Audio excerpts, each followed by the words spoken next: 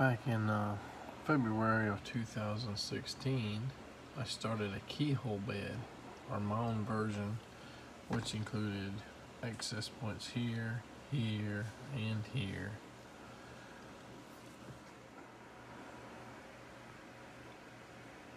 So this is when we added our first load of topsoil. This is when we had a second load of topsoil.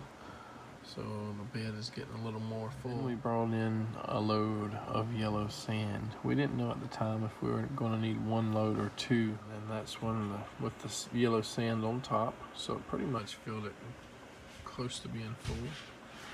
We then mixed it in with the other dirt, with pitchforks or whatever, and using organic material at the top. And because I had goats and stuff that they were going in here, I temporarily put up like a lattice fence around it. The first things I wanted to do was put like a nitrogen fixing plant on there, so we bought soybeans and had soybeans growing there.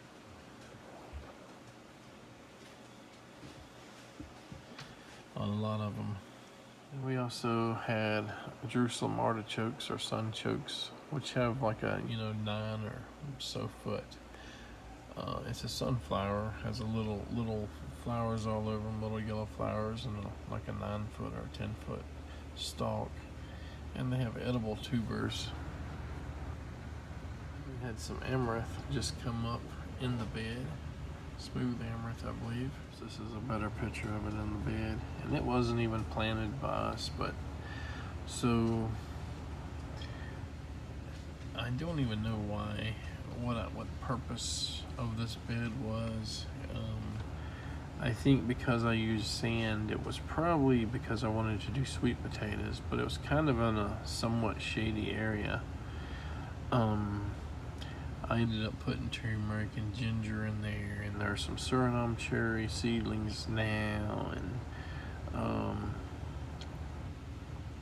some sweet potatoes are in there, but I'm going to put sweet potatoes here, there, and everywhere, just different types, and they're a good runner plant, a ground runner for ground cover for permaculture gardens and stuff, and they help kind of keep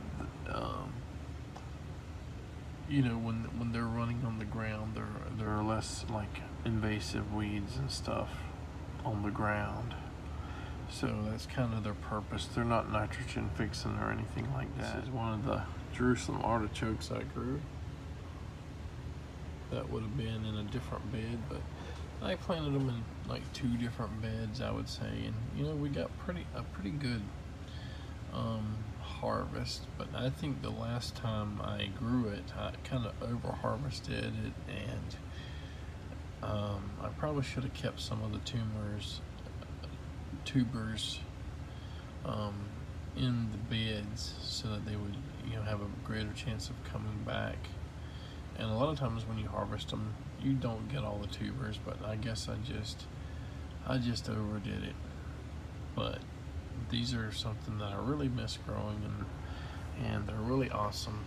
Should definitely get some more. These are what they look like when I got them, when I planted the tubers out, and they came up in containers. You kind of want to baby your new seeds or tubers when you get them, especially if you've never done it before. But that group of plants there became, potentially hundreds of plants over time. And I would like to have a sustainable, harvest each year from these guys. So that is one possibility what we'll do in the raised bed in the future. But I think we're going to do anything and everything and just change it up when we can, and possibly put asparagus in there to try, and keep maybe some of the gingers and turmerics. They're not really repropagating too much. They're just kind of sprouting every year where they grew before, and so definitely think Jerusalem artichokes will be in our future again. Probably doesn't look appetizing, but this is roasted Jerusalem artichokes. just salt, pepper, and olive oil, rosemary, just like you were going to do like roasted potatoes. So this was a harvest of sweet potatoes I had. It looks like a lot, but these are all small tubers, and I had a lot of trouble trying to get big crops of sweet potatoes. I got vines growing everywhere, hundreds if not thousands of feet of vines. I had blooms a lot of times, which some people say it's rare from the bloom, but yeah, I really this is something that would be a staple in our family, year round if possible. Of course, I do not know how likely it would be to keep sweet potatoes year round here. We don't have root cellars or anything like that in Florida. But a lot of times they do come back even after a freeze, so I guess harvest what you're going to eat. Always keep seed stock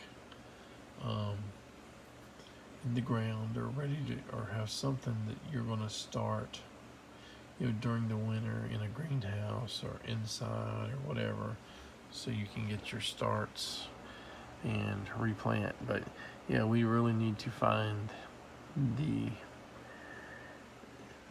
the place where we can actually grow big sweet potatoes every year. And there's nothing wrong with how many there are. They're just tiny here, but you can't really tell from the picture. But if they were like a pound or 2 pounds a piece, that would be a pretty good harvest. But we're talking about ounces. A different bed, but that is all sweet potatoes. I mean, when I say there's a lot of vines, yes, but not a lot of tubers, not a lot of big tubers in the actual bed. So hopefully, since our hugelkultur and raised beds are mature a bit, have matured a little bit, they will give us a better harvest maybe this year. This is a slip that's just starting to, come out of a sweet potato. They call them slips, and then you just pull them off and you stick them in the ground, and they pretty much root easily. And that's a new plant for, a bundle of potatoes. You can also eat the leaves in a salad or whatever, probably cook them. This is just some, I think they call it camote. I'm not sure exactly how it's pronounced, but it's spelled K-A-M-O-T-E. That's the leaves and vine of the sweet potato. And I got some wild mint there. Just kind of showing you guys, a little salad thing there. And most likely you would eat other stuff with it, not just sweet potato leaves and mint. Actually, I think I got this ready for a smoothie. That picture was taken to put that in a smoothie. So, yeah, that's it. That's it for tonight's late night ramblings, half asleep, about the keyhole raised bed garden. And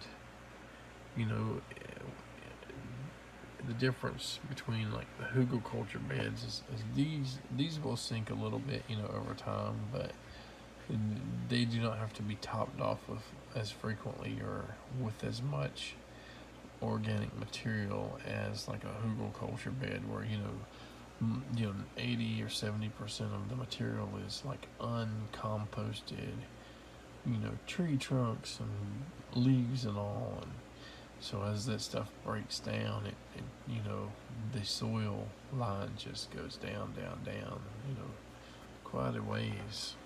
And you kind of have to refill it, every year until it starts slowing down the process of doing that, I guess. All right, well, that's just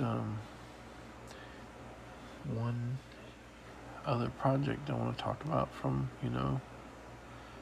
2016. So not quite 10 years yet, but I definitely got some 10 plus year projects I'll talk about later.